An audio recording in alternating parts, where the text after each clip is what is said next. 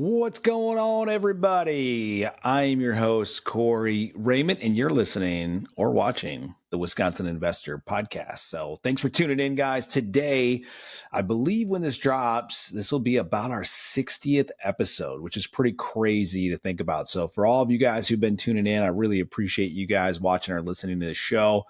It's been a lot of fun getting to interview a lot of great people. And for those of you guys that are reaching out with feedback and giving me some insights, man, it's been awesome. So thank you for that. Keep bringing me some of that feedback and some of those insights, and we'll keep bringing you guys great guests and solo episodes and different topics that hopefully can help you guys move the needle forward and help you guys in your real estate investing journey. So one thing I am going to talk about today, I usually do a little sponsorship, as you guys know, on every episode.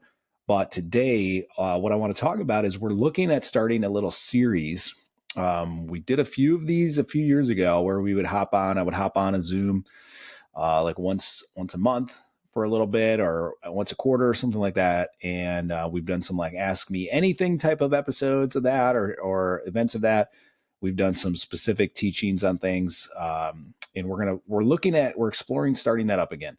But I want to get your guys' feedback. So if you have some specific things you would love to have me on live on a Zoom, and you can hop on with some other folks and ask questions and get some real answers to some things that are on your mind as it relates to real estate, just send me a message either on Facebook, or you can email me, Corey, Corey, at ibuywi.com. And I would love to get your feedback on what would be the most impactful for you out there listening to this as you are trying to grow your real estate empire. So with that, one of the topics that comes up a lot is financing deals. And so that's what I want to talk about today. So for those of you guys that are out there and you're cranking deals left and right, you might tune this one out and say that, nothing in here for me. But I'd encourage you to hang on, because what I find fascinating is when I have conversations with experienced investors, sometimes they are still using financing options for certain deals that are still a little bit perplexing. And I think if they would restructure some things a little bit in their capital stack and the way that they're doing things, they would probably be able to be more competitive on offers or be more profitable on the deals that they are working. So I'm not going to go into every detail today, guys, on every type of financing option out there. So, if your feedback for me today would be, oh, Corey, you didn't talk about this thing or that thing, like, I get it, right? There's going to be some things I'm not going to know about or probably be able to dive into today. But if you're out there listening and I don't talk about something in particular that's been helpful for you financing deals, please do let me know that, because I'm always looking for different ways to finance deals for us or for you out there on the buyer's list. So one of the things we'll talk about today, and you guys hear me, talk about this all the time, the two most important things I think as anybody's trying to grow their real estate portfolio, there's two things you could do that would really basically ensure your success. Okay. You could mess up in other ways, but if you do these two things, you will be successful in real estate investing. Number one, find good deals. Okay. I think we have the best source of that at Wisconsin Discount Properties. I'm a little biased. Okay. But one great source. And we've talked about how to find deals on other episodes. We'll probably do another solo episode at some point just on finding deals. So finding deals and find money. If you could find those two things, and the cheaper money you can get, the better terms you can get, all of that, the more competitive you can be on your offers, the more options you're going to have, the more deals you're going to have, and all that sort of stuff. So those two things, find deals, find money.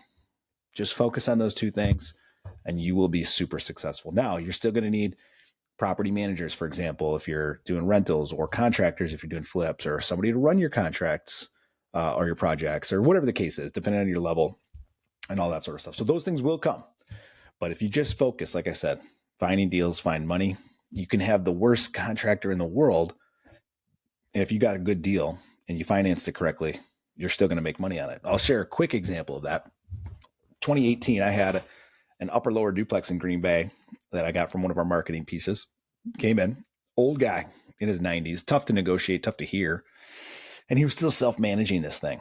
And we settled on, I offered him $50,000 for it. The place needed one of everything, right? I think we had a tenant in it that was like literally dealing drugs, like while we were outside talking. There were people coming up to the door and I'm pretty sure that's what was going down. She had locks on the inside. I'm sorry, on the outside, so she could lock her kids in the house. Which, again, I don't know what their situation is. I'm not here to judge, but anyway, it was one of those pit bulls. You name it, any kind of stereotype you can think of. But we bought it at 50,000. Now, at that time, that was a really good deal. Even then, now if you get something like that today, it's even more incredible. It was a 3-bedroom each unit, and we had to stick a bunch of money into it. Believe we financed that one with commercial financing. So at that time, rates were probably about where they are now. And the lender that we had financed 80% of the after repair value. So that's something we'll get into a little bit today. And so what that meant is they'll come in, they do an appraisal on what is this thing going to be once it's fixed up. And you give them your scope of work. So you tell them, hey, I'm planning to do X, Y, Z to this property.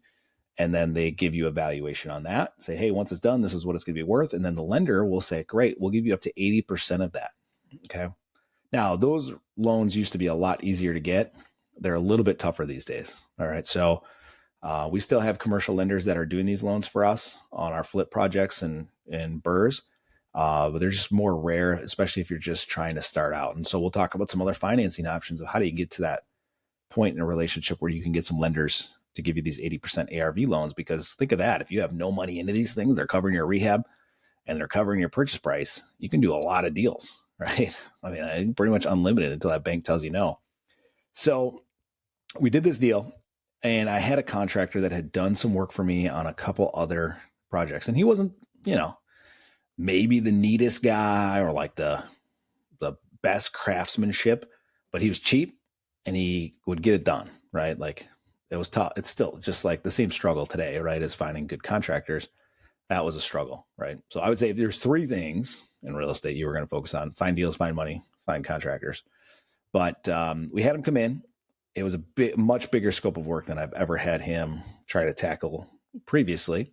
And he had other guys that worked for him and stuff like that. So it wasn't like it was just a one-man band in here. And anyway, I didn't do a good job of coming back to check on him enough. He hit me up for draws, and I would pay the draw, and he'd tell me, hey, yeah, we're at this stage, whatever. And I would do it. And finally I went over there to check on it because it was going way longer than it should have gone. And I walked in, and I probably at this point had given him like $40,000 in draws. And he had done about $12,000 maybe of work. And of that $12,000, I probably had to have somebody come back and fix a good chunk of it, right? From some of the stuff he didn't do right. So, would have lost my rear on that had I had been using like hard money, for example, or had I have been, had I paid too much for that property. So those 2 things, again, you'll hear me say that on a lot of episodes: find deals, find money. And today, so we're going to focus on the financing piece of that. Okay. So there's several buckets of money. And for those of you guys who have been listening to the podcast, one of the things we talked about as well is our free BRRRR for Beginners course. In the BRRRR for Beginners course, we break this down in much more detail. You get some scripts on how to reach out to some of these lenders, how to have that conversation, who to talk to, and all that sort of stuff. But we're going to just break down a few of these here. Some of my favorites in investing. So cash is king in this business, they say, right? Well, if you don't have cash, but you have equity in your house, you can tap that equity with a HELOC. So a home equity line of credit, not a home equity loan, a home equity line of credit. Okay. And this is one of the most powerful tools in real estate because it's probably one of the most accessible ways for most of our listeners out here to get some quick cash. All right. So one of the lenders I prefer using is Johnson Bank. You can get their information right off our website under the resources tab. We've got a whole lenders list there. And I haven't found any other lenders. So if you guys out here listening to this have lenders that are doing better deals right now at the time of this recording, please let me know. But if it's your primary residence, they will lend up to 90% loan to value. Okay. So that means if the house is worth $100,000, you owe $50,000, they'll lend up to 90%. So that means they'd give you a line of credit for that additional $40,000 of equity that you have. Okay. Now you can basically be like your own private lender in this case. All right. So you can, take that home equity line of credit and you can use that either for down payments if you have a lender that is not going to do these ARV loans that we talked about a little bit earlier, or you need it for the rehab or whatever you need it for. I mean, you can use it for that. Now, some of the feedback I get from people when I talk about that, and maybe it's a spouse, right? So maybe you're listening to this and you're the gas pedal and your spouse is the brake, and they're gonna say, "Oh, I don't want to put our house on a line." Okay, and I get that. Like everybody's got different risk tolerances in this business, but here's what I would say: where a lot of people get in trouble with HELOCs is they see this big wad of equity and a lot of access to cash, and pretty soon they're putting a boat on this thing. You're buying other thing, vacations, all this other stuff, and you're basically financing that just like you would a credit card on certain things and certain purchases. Now it's a much cheaper rate than a credit card, but it's still, you're paying interest on something you don't need to pay interest on. It's not going to make you money. Okay. So when you're doing it with real estate though, think of it like you're paying a private lender this money, but the private lender is you or your line of credit. So for example, with Johnson Bank, as it sits right now, they have a 6.49% rate on these HELOCs, which is incredible, like cheaper than any commercial loan you could get even. So if you have equity in your house and you have not tapped into that equity yet, I would highly recommend you go do that right now. The other reason I say that is equity in your house. You think about this. You've either paid that money in to pay your loan down, or it's appreciated, or most likely both. Okay. But you can't use that money if it's tied up in your house. It's just stuck in there. Right. So you either have to, in a different scenario, you would have to sell your house to get that money unlocked. Right. What the HELOC does is it allows you to tap into that money that you've already paid in to this house, or thanks to the appreciation is appreciated. So it's an amazing tool. We highly recommend people get access to this. And one thing of comfort, maybe for a spouse, is you don't pay anything on it unless you use it. So, you get access to it. Maybe they would charge you a $50 a year fee or something. Sometimes they just have like a maintenance fee to keep your line of credit open. But it's otherwise it's like a credit card. You don't pay for it unless you use it type of a situation. So if you have you just want to have it there, you have access to it. The other thing of security, I actually think getting access to your HELOC gives you more security than if you do not have a HELOC. Okay. Something major does happen. Let's just say there's a medical emergency. You had to come out of pocket for a bunch of money or something like that. And you don't have buckets of cash sitting around in your bank account, but you got a lot of equity tied up in your house. They always say house rich, money poor, right? Cash poor, whatever you want to call it. The equity, now you have access to it. So you don't have to try to, now when you're in a bad spot, say your credit's now going in the tank, or you don't have money to like get a bank and show them, oh my gosh, I'm bankable, because you're in this difficult predicament. Well, you already proactively tap the equity in your house. So now you have that equity to be able to use in a situation if something did go south, not related to real estate necessarily, but just in general. Another thing with creditors, if you're using this, somebody tries to sue you and take your house. If, let's say, you had that equity out there working on a deal, well, now there's very little for that creditor to try to go after, right? You have 10% basically equity in your house that they can try to sue you for. The rest of it's all debt. So what are they going to go after you for? So you make your target on your back a lot smaller when you actually are utilizing that equity in a responsible way. Okay. So it is about responsibility. Again, everybody has to make their own decisions about their risk tolerance, but I'm guessing if you're looking at getting into real estate investing, you're not like a traditional stock bond, treasuries type of a person. You're somebody who's looking to move the needle a little quicker and do some things alternatively than what mainstream, I guess you would say, mainstream culture would have you looking at doing by going the real estate route. So I applaud you for that if you are listening to this and that is the direction you're going, because you're making some smart moves here. All right. So that is one my favorite, easiest one to use. Now, the other thing is you might say, hey, man, I rent, or I just bought my house. I don't have any equity. I did 5% down. I don't have any equity. What should I do? Okay. So using this Johnson Bank example, let's say you're, somebody my age, your parents maybe have had a house now for 5, 10, 15, 20 years. They're going to have some equity in that thing, right? So maybe you go have a conversation with them and say, hey, look, what if you guys borrowed your home equity line to me? Okay. And so you're going to get charged 6.5%. What if I pay you 10%? That's money that's just sitting around dead in your house, not making any money. And I can pay you basically just like what the bank does. They take your deposits. They give you 0.001% on your deposit interest. and they go lend it out at 6.5%. Okay. You're basically doing the same thing. You're saying, hey, you're going to get it at 6.5%. You're going to borrow it to me. I'm going to pay you 10, 12, whatever percentage you negotiate with them. Okay. But now they're making some money. You have access to a lot more capital. You didn't have to go through a traditional bank to get it, and nobody had to drain their bank accounts to lend to you. All right. So that's another option. Along that line, private money. This is one of my other favorites. All right. So what is private money? This is friends and family. Okay. So these are people in your network. They know you, they like you, they trust you, they know your history, they know your character, right? If you're a trustworthy person and you've got some relationships in that way, that those are going to be people who would probably borrow to you. Okay. And one thing I've noticed over the years on this, when you are having a conversation with people about borrowing money from them, all right, sometimes it can feel like, man, like the feedback I get, and I get it. Like I was like this on my first one. Well, like, what if I don't pay him back? Right. It's the fear that kind of kicks in. What if this deal goes south? What if I can't pay this person back? Thanksgiving and Christmas is going to be really awkward. All right. Or I don't want to chase people down for money. Like I don't like hounding my friends or family for anything, especially asking them for money. Okay. So a couple reframes for you guys. It's all just a mental thing, right? And you just got to try to reframe this in your brain a little bit.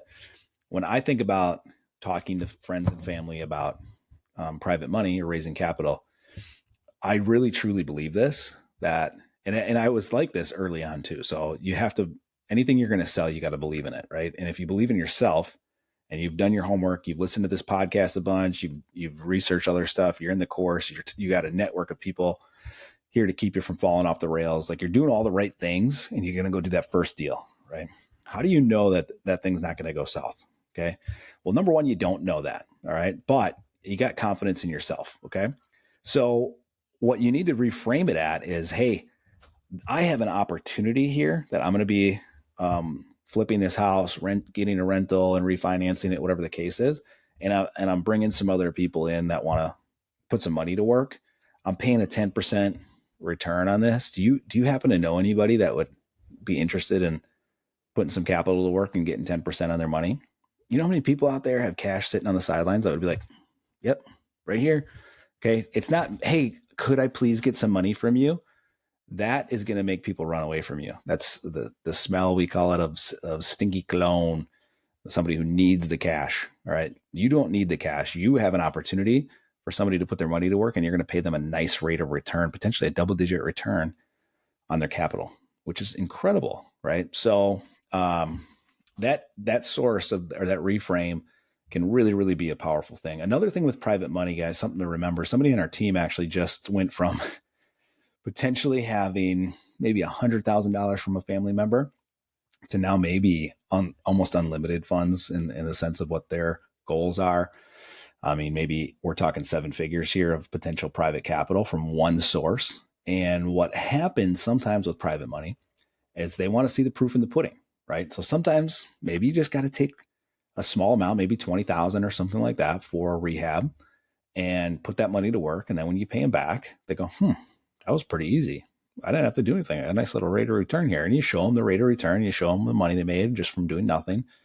And now they're like, hey, I got more cash here. How do we do this on a bigger scale? Right. And pretty soon they're going to become your biggest fan, your biggest advocate out there, because they want you to go find deals now, because you found the money. Now they want you to go find deals so that you can put their capital to work. And it's a really, really cool thing. I've seen this with so many private lenders that we've borrowed from over the years. Once they realize how easy it is to just get a rate of return, and I'm out there doing all the work and doing all the hard decisions and moving, contractors around and making moves, buying the deals, doing all that stuff. So like, I got the easy part of this gig. I just got to scratch a check or send a wire, fill out a mortgage satisfaction when it's all done, and bada boom, bada bang. It's pretty easy for them. So private money. So we got HELOCs. Private money would be the other one. If you guys are listening to this podcast, we did an episode with Jay Connor. I don't remember when that was, maybe 20 episodes ago. But if you go back to that, we deep dive private money into that episode. And I was also on Jay Connor's podcast a couple times. So if you search up him, he's got a great podcast. It's all about raising private money. He's got a book on it. He's got courses. He is like the guy you want to learn from as it relates to private money. So check that out. That's another great source. Again, no credit checks, no background check, nothing. It's all about your relationship capital that you have with people. The other thing I would just say before we transition to some of the other money sources is with private lenders, okay, you don't know who has cash out there. Like you can assume that I know that person doesn't have a lot of money, so I really don't want to ask them, right? When you do the third party ask, as I kind of gave you guys a little earlier, so I'll say it again here. This is the third party ask, like, hey, I've got a deal coming up. It's going to be a good deal for us. We're opening it up to some other people who would want to partner with us on it as capital partners. Do you happen to know anybody that would want to get a 10% return on their money? Now, again, you can say that to anybody, right? You're not directly asking that person. So it avoids some people's, what would you say, conflicts of asking their friends and family for money. You're asking them, who do they know? Now, if they have cash and they want to know more, they will tell you that. All right.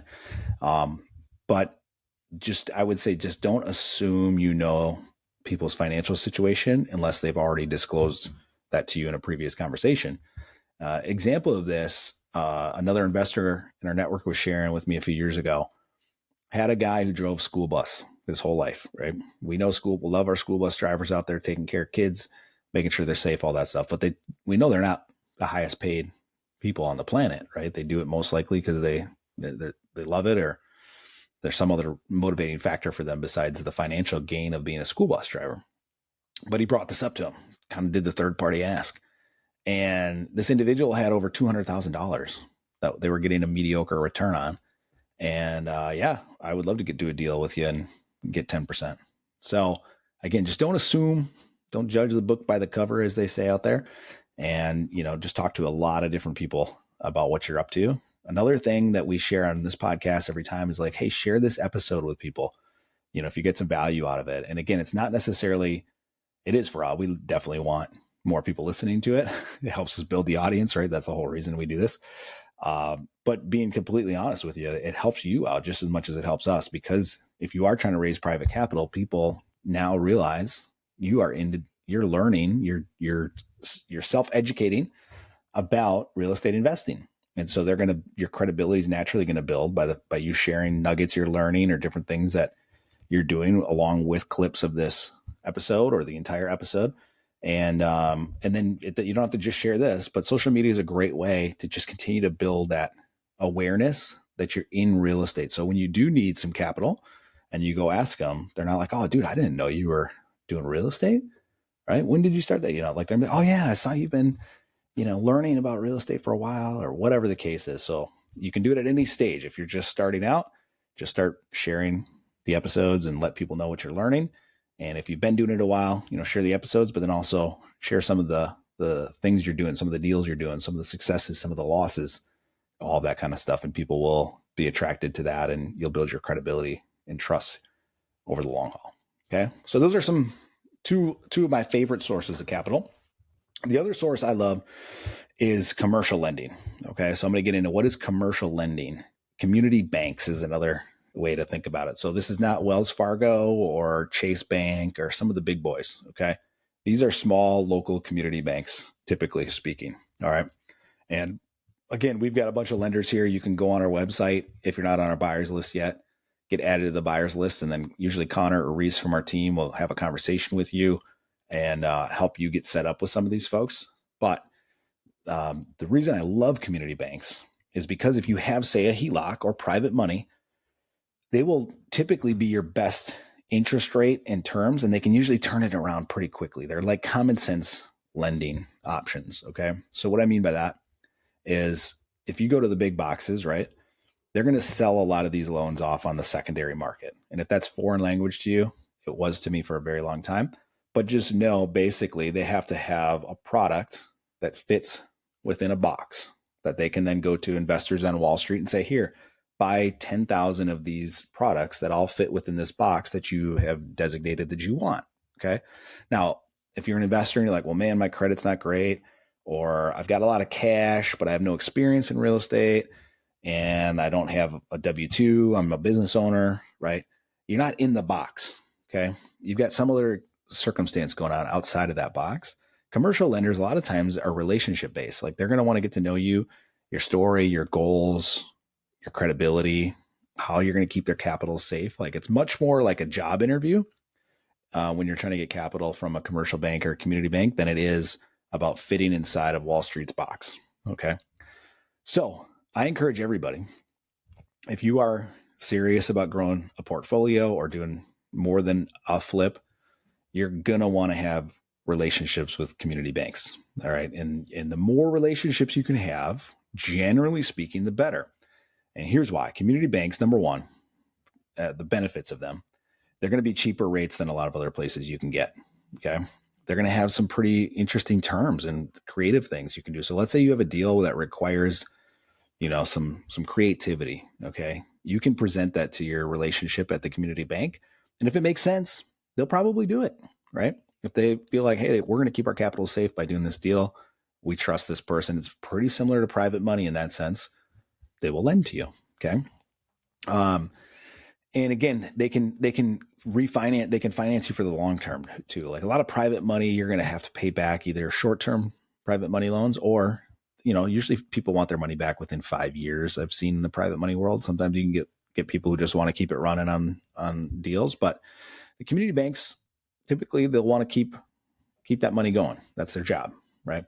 So in the community bank space, a couple things to be aware of. Amortization schedules. Okay, so this is something you're going to want to ask them about. Most community banks are going to be 20-year amortization schedules. That means if you're trying to do a rental in this market, it's a little tougher to get cash flow if you're on a 20-year amortization schedule because your monthly payment's going to be bigger. Now you're paying a lot more principal off, which is great. You're building a lot more equity, a lot more wealth that way, but your cash flow is not going to be awesome. So if you don't have a cash machine, as my buddy Jimmy Vreeland talked about on one of the episodes a while back, you're going to want to be careful with 20-year AMs because your cash flow is going to be tight and you need to have a nice little bucket of cash over here in case you got to fix something out of the blue and cover that on a rental property. All right. Or that's why we talk about having that HELOC there. That's a nice little safety net. All right. The other thing, 25-year, obviously you're stretching your payments out a little longer, less principal. And then there are some community banks and credit unions that'll do 30-year. Now, notice earlier I didn't say credit unions are a great option. I know some people out there love credit unions. They work with them all the time. If you have more stabilized properties, meaning like you're buying more of like a turnkey type of thing, it's not a value add, it's not going to need a lot of rehab, that type of thing, credit union, great option. Okay. You've had a property now, let's say it was seller financed. I actually have a triplex right like this right now. Got it on seller financing with very little money down. We fixed it up over the year. It's now fully rented up, stabilized, all that sort of stuff. And I've owned it for over a year. I've been shopping it to some credit unions to try to refinance my seller finance out of because my interest rate isn't as awesome as it was when I first did this. But anything less than that, they typically are going to want some kind of seasoning period. 6 months is probably the shortest you're going to see from a credit union. 12 months is more likely. And what that means is they want you to have that property owned in your name or your LLC's name for that length of time to season the title. All right. Why? I don't know. I could ask somebody at a credit union. I never have. But a lot of them, that's their rule. They're usually a little bit more conservative than your community banks. All right. They're going to have a little box that their credit union wants it to fit in.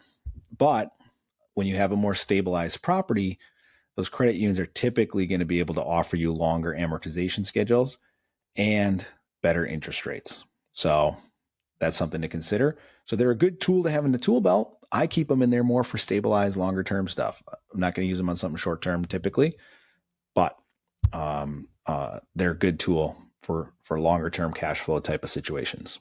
Okay. Back to the community banks. Okay.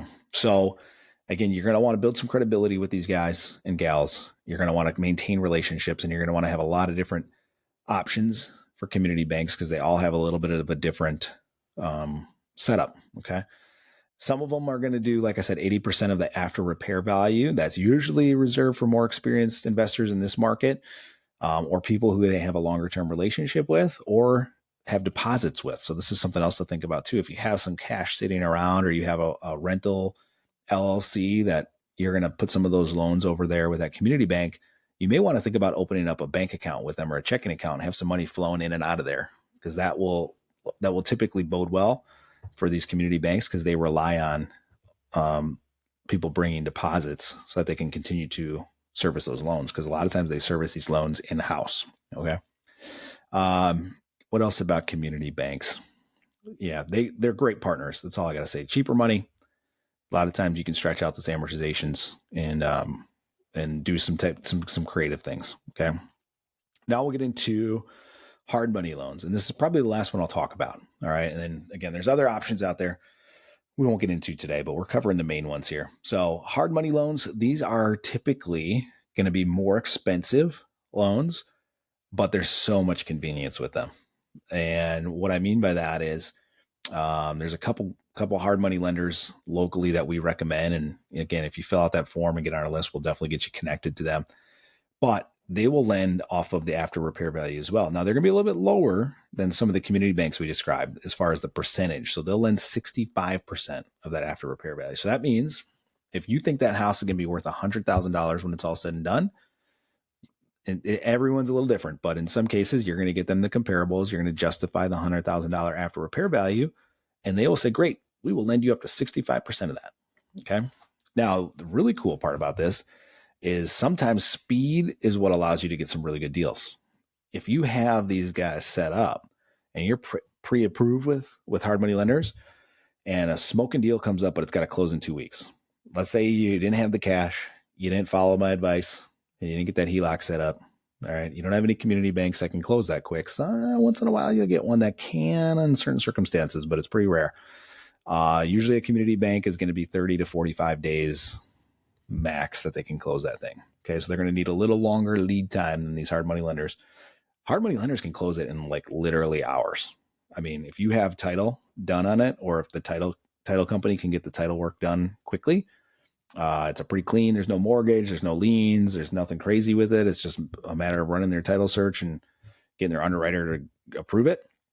They can literally get it done in like hours. So having that, think of the power that you have, even if you plan to never use hard money, but you have them set up as a relationship that you can tap into if needed. Again, you don't want to pass up a deal just because you didn't have the financing set up. So you go out, you do step one, you find some great deals. Awesome. If you got no money to buy it, doesn't matter. You can find all the great deals in the world. If you can't actually do anything with it, you got nothing. So for those people out there that are listening to this, are like, man, I got cash up the wazoo. You know, I don't need any hard money. I'm not paying those expensive fees and all this other stuff. Well, it's a lot more expensive to miss out on a great deal. I'll tell you that right now. So you're going to want to have that hard money lender set up, even if it's just set up as an emergency backup option. You know, I keep my relationships with my hard money lenders set up. I maybe will do 1 or 2 a year on a hard money loan.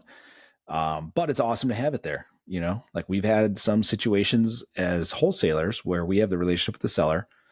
We have a responsibility to make sure that if we give that seller the green light, that we're good to go, We're going to close that thing. And we've unfortunately had a few situations over the years where the buyer backed out of the deal. Now we got their earnest money.